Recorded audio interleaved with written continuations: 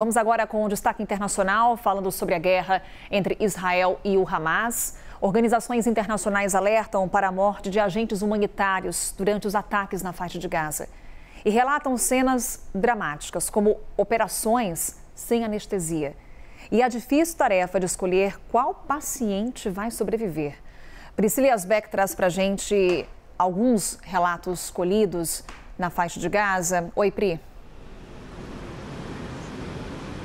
Oi, Carol, bom dia a todos que nos acompanham. Alguns dados foram divulgados por agências da ONU, também por ONGs de ajuda humanitária e trazem um relato realmente dramático sobre a situação também dos profissionais de saúde na faixa de Gaza. Eu vou trazer aqui algum resumo. Eles falam sobre escassez crítica de medicamentos e suprimentos, dizem que só 39% dos hospitais estão funcionando, isso segundo informações da Organização Mundial da Saúde, e inclusive a Organização Mundial da Saúde disse ontem em uma coletiva que os médicos têm realizado operações sem anestesia. O porta-voz da OMS disse que nada justifica o sofrimento suportado pelos civis. Eles também dizem que o impacto psicológico dessa situação também acaba causando consequências para a saúde mental das pessoas.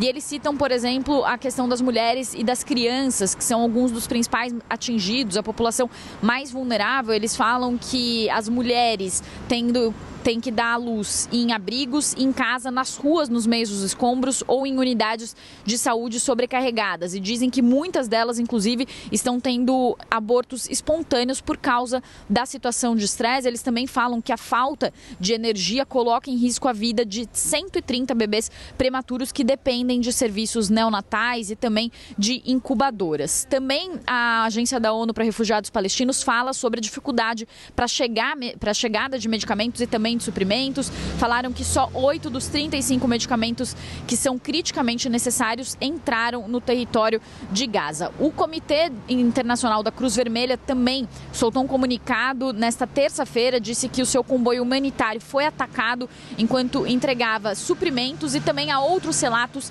de unidades de saúde que foram atacadas. Na sexta-feira, por exemplo, houve aquela explosão que chamou a atenção do mundo todo na frente do hospital Al-Shifa. Essa explosão foi confirmada, esse ataque foi confirmado pelas forças israelenses, e segundo o Ministério da Saúde de Gaza, que é controlado pelo Hamas, 15 pessoas ficaram mortas e 60 feridas. O secretário-geral da ONU, Antônio Guterres, se manifestou sobre isso, dizendo que as imagens dos corpos em frente aos hospitais é comovente. Também o Ministério de Saúde de Gaza, controlado pelo Hamas, fala sobre a morte de 192 profissionais de saúde até o momento. Também nessa terça-feira, a Organização Médicos Sem Fronteiras notificou a morte de um dos seus profissionais, um técnico de laboratório que foi morto junto com a sua família num ataque ao campo de refugiados de Shati. Só para finalizar, Carol, também os relatos dos médicos que trabalham nesses hospitais, que estão com uma situação caótica, são muito dramáticos. Então, uma reportagem extensa do New York Times também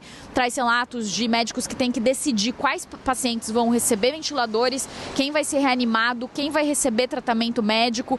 Eles dizem também que os pacientes que chegam em parada cardíaca não são ressuscitados porque a equipe médica opta por trabalhar com pacientes que têm mais chance de vida também.